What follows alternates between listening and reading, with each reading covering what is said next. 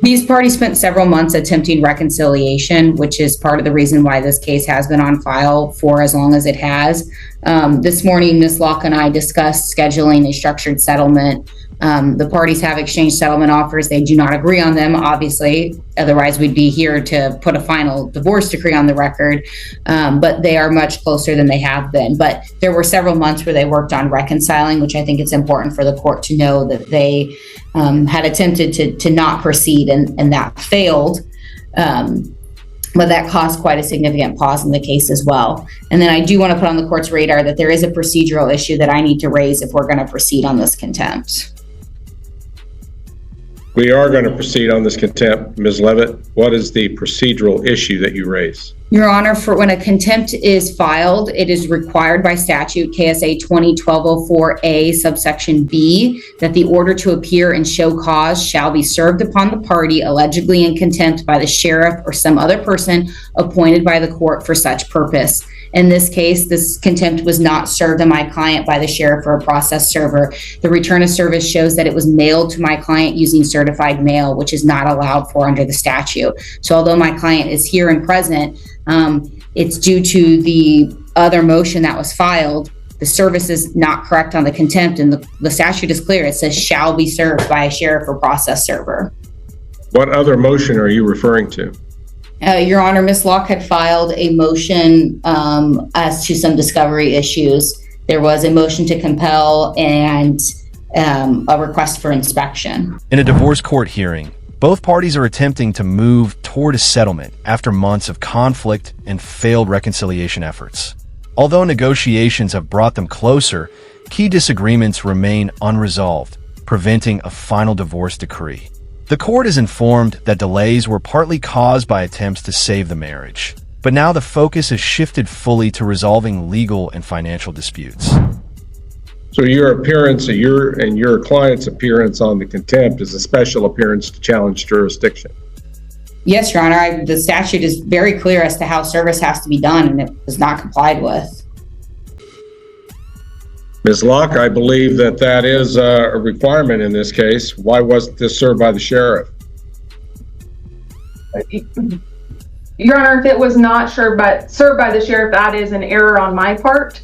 My understanding is that it was sent for sheriff service, but if it was not, that I agree is an issue.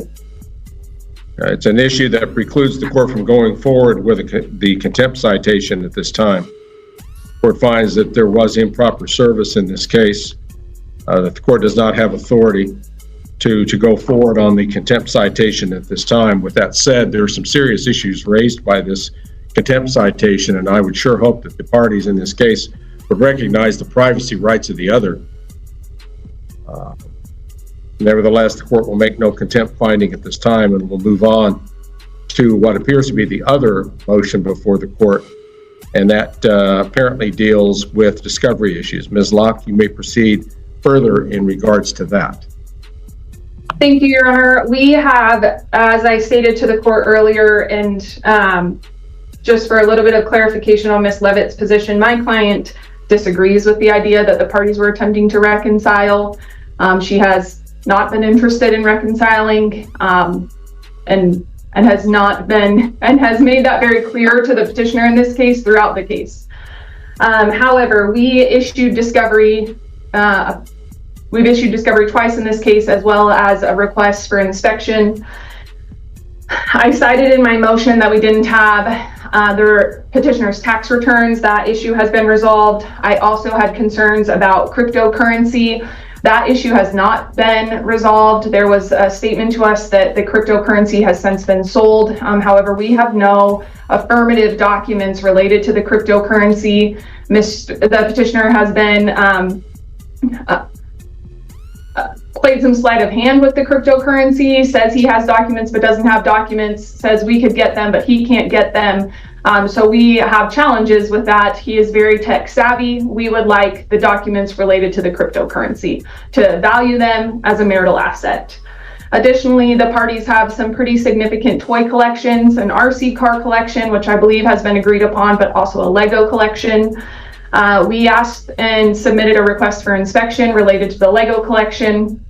There was no response ever provided related to our request for inspection.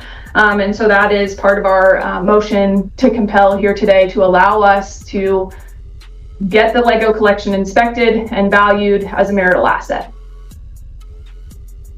Conflict. A major issue arises when the respondent challenges a contempt motion, arguing it was not properly served according to legal requirements.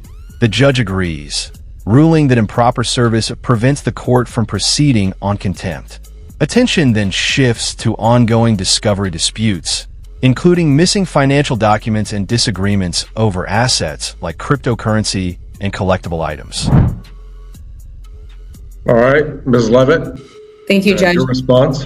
Yes, Judge. And I know that this is not the issue, but I just do want to tell the court on the reconciliation. These parties went to marriage counseling for weeks. So that wasn't for reconciliation, then I guess that is what it is, but that's why my client believed they were working on reconciliation.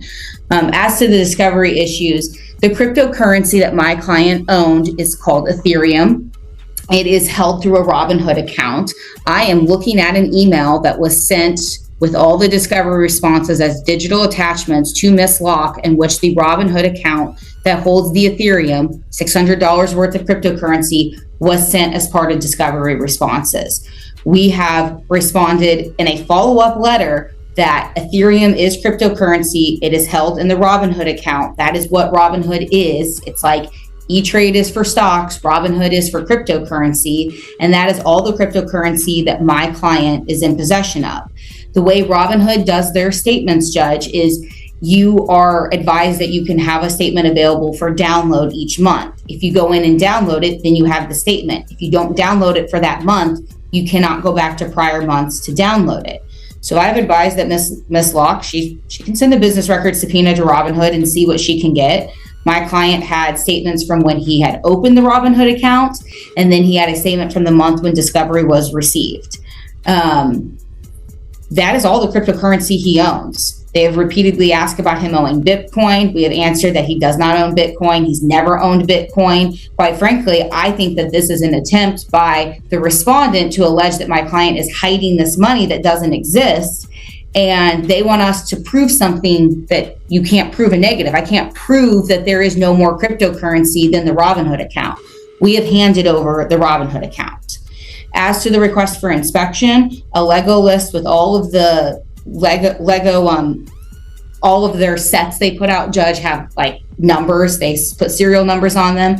So a list with all the serial numbers, the name of the Lego set, the value of it off of the lego.com website and off of ebay.com for older sites has been sent to Ms. Locke. I advise that if she had someone who was able to value a toy collection or a collectibles like Legos, that we could make the items available for inspection. But if it's merely the respondent wishing to come into the marital residence and dig through my client's Lego collection, these parties were married for a very long time. She bought many of the items and gifted them to my client over the years for birthdays, Christmas, those things. She has been at the house 3 times by agreement to pick up property and to go through the party's personal property and divide it. She's been at the house several other times, entering the garage without consent to go through personal property and take items. She has had plenty of opportunity to view these items, besides the fact that she, throughout the marriage, was one of the people who helped my client receive those items as part of his collection. We do not oppose an inspection, but I'm not sure what the respondent's ability to value that collection is if she sees them themselves versus receiving the list of the items. Court discussion. The attorneys argue over transparency, with one side claiming incomplete disclosure of cryptocurrency transactions and the other insisting all available records have been provided. Another dispute involves a Lego and RC car collection, where one party requests inspection and valuation while the other questions the necessity and expertise involved. The judge emphasizes the importance of proper valuation and timely cooperation. And I think that if we're calling this a collection, if there is some issue or concern by the respondent that these are collectibles worth more money than what they were purchased for. For example, if you were to talk about somebody who collects like rare baseball cards, then the respondent is not qualified to make an assertion of that value. It would require somebody who runs like a comic book store, somebody who's within that collecting world, who as part of their profession values those collectibles, to say this is the value of the item. The respondent herself would not have the prerequisite knowledge to do that. And so, quite frankly, I don't know what information they're seeking other than to say they want to know about the toy collection. Well, they know about the toy collection. They know it's Legos and RC cars. They have an entire list of all the serial numbers. If they believe they're valuable collectibles, which they are not, Judge, I do want to be clear on that. My client is a big fan of Star Wars and he likes Legos. And so he's purchased a lot of the Lego Star Wars sets. He's been gifted a lot of the Lego Star Wars sets. They average about $29.99 a set. They are not rare collectibles. They're not hard to find. They're all over eBay, which is why the list was created as to what their value was. But if she believes that they are worth more than what they are sold for online, then she needs someone who is an expert in that world to make that determination, not her. Ms. Locke, do you have a valuation expert in mind to inspect these toys and to give a fair estimate regarding their value? Your Honor, our request for inspection specifically states that we be allowed to come in to picture the collections so that they can be valued by an expert in the field.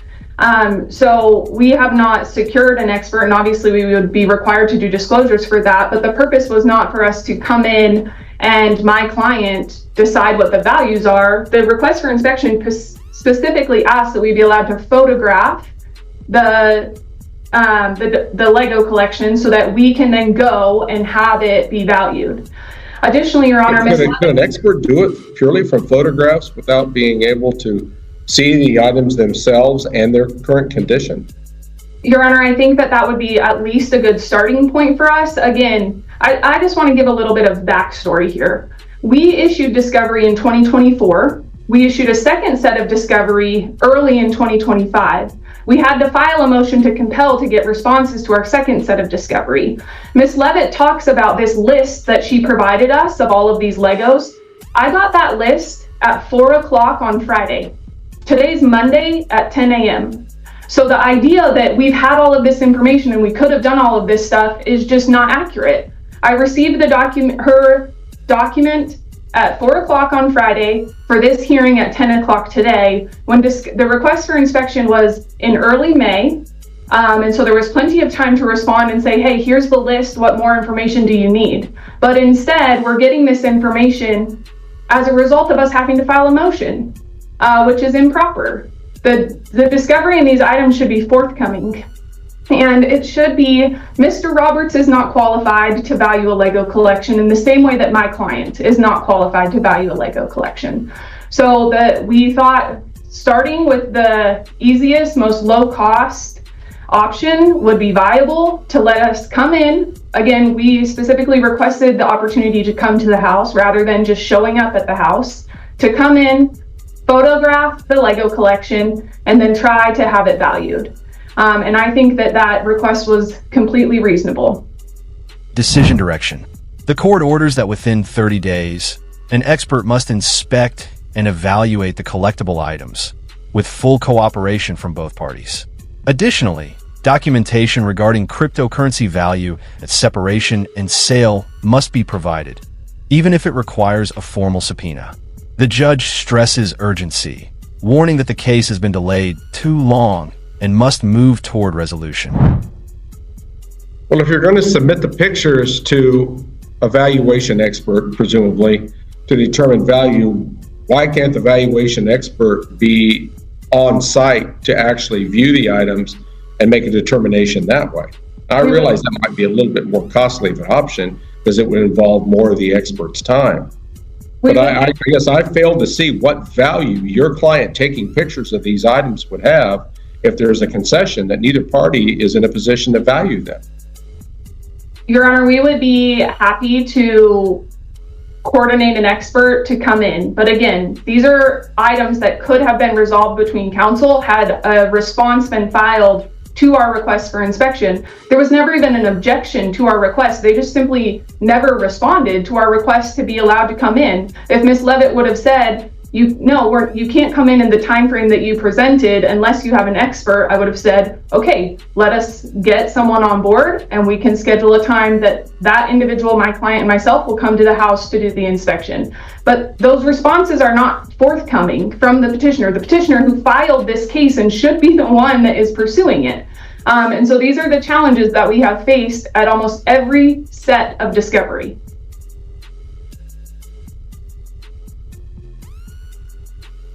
Well, there may be some considerable value in these toy collectibles, and there may not, but I think that it's certainly appropriate for the parties in this case to determine that. The court will order that within the next 30 days that the respondent in this case be allowed to have an expert on site to actually view the toy collections, whether it be Legos or cars or whatever it may be, and to try to determine value. The respondent herself may be on scene at the same time. Certainly her counsel could be on scene if that's viewed to be necessary. And pictures can be taken by either the expert or by the respondent. But again, this needs to move quickly. This case is languishing in the system and the court's not going to tolerate it much longer. Either we're going to get this case to a conclusion or we're just going to make the parties start over. Because obviously this case is not moving in the manner that it should. So within 30 days, you'll need to have that expert identified and scheduled with the opposing party through Ms. Levitt. To ensure progress, the court schedules a status review hearing and encourages mediation to settle remaining disputes. The judge makes it clear that if the case does not move forward efficiently, stricter actions may follow. The hearing concludes with both sides instructed to complete pending discovery and prepare for either settlement or trial. And I would hope that when there's entry into the home for purposes of this inspection and photographing and valuation, that there will not be interference from the petitioner in this process. In fact, I will expect and compel complete cooperation with this process, including the flexibility on scheduling. The expert and their schedule is going to have to be accommodated here. My client works from home, Judge, so he said that once an expert tells their availability, he'll just make sure work knows that time frame he'll need to be offline to allow the expert to do what they need to do. Excellent, Ms. Levitt. Regarding the cryptocurrency issue and the documentation, Ms. Levitt, doesn't your client have full access to ordering any and all information that would be necessary here? Why are you going to make the respondent in this case issue a business record subpoena when your client can simply request it himself? Isn't it just readily ascertainable and readily available to him? My client has advised that it's not. We would essentially have to do a business record subpoena as well, which if the court wants the petitioner to take the obligation to do that, then we will. But my client has gathered all the information that was available to him and accessible to him through the Robinhood account and making those requests. So if either party is going to have to issue a business record subpoena and the respondent is the one who does not believe that the documents handed over fully provide her the information, it would be appropriate for her to spend her attorney's fees to do that. However, if the court prefers that my client do it, we can issue a business record subpoena and be the ones to do so. Ms. Locke, what is your concern with the documentation that has been provided? Your Honor, the document that we received is from October of 2024. This case was filed a quarter prior to that. And then also there's been a statement that now the cryptocurrency has been sold. And so having the documents that reflect any additional earnings that he had or where that money went after he sold it is significant to the case, as well as a date of separation value for the cryptocurrency.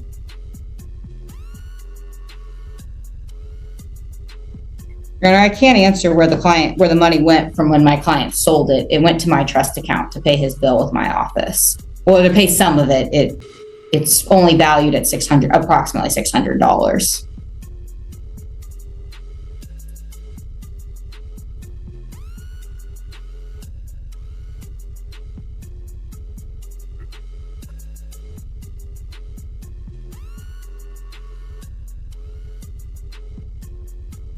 All right, Ms. Luck, what I'm trying to determine here is there any true material purpose for you having additional information regarding this account if you already have documentation as to what the cryptocurrency was sold for? I don't have that information, Your Honor. I only have the October 2024 statement. All right.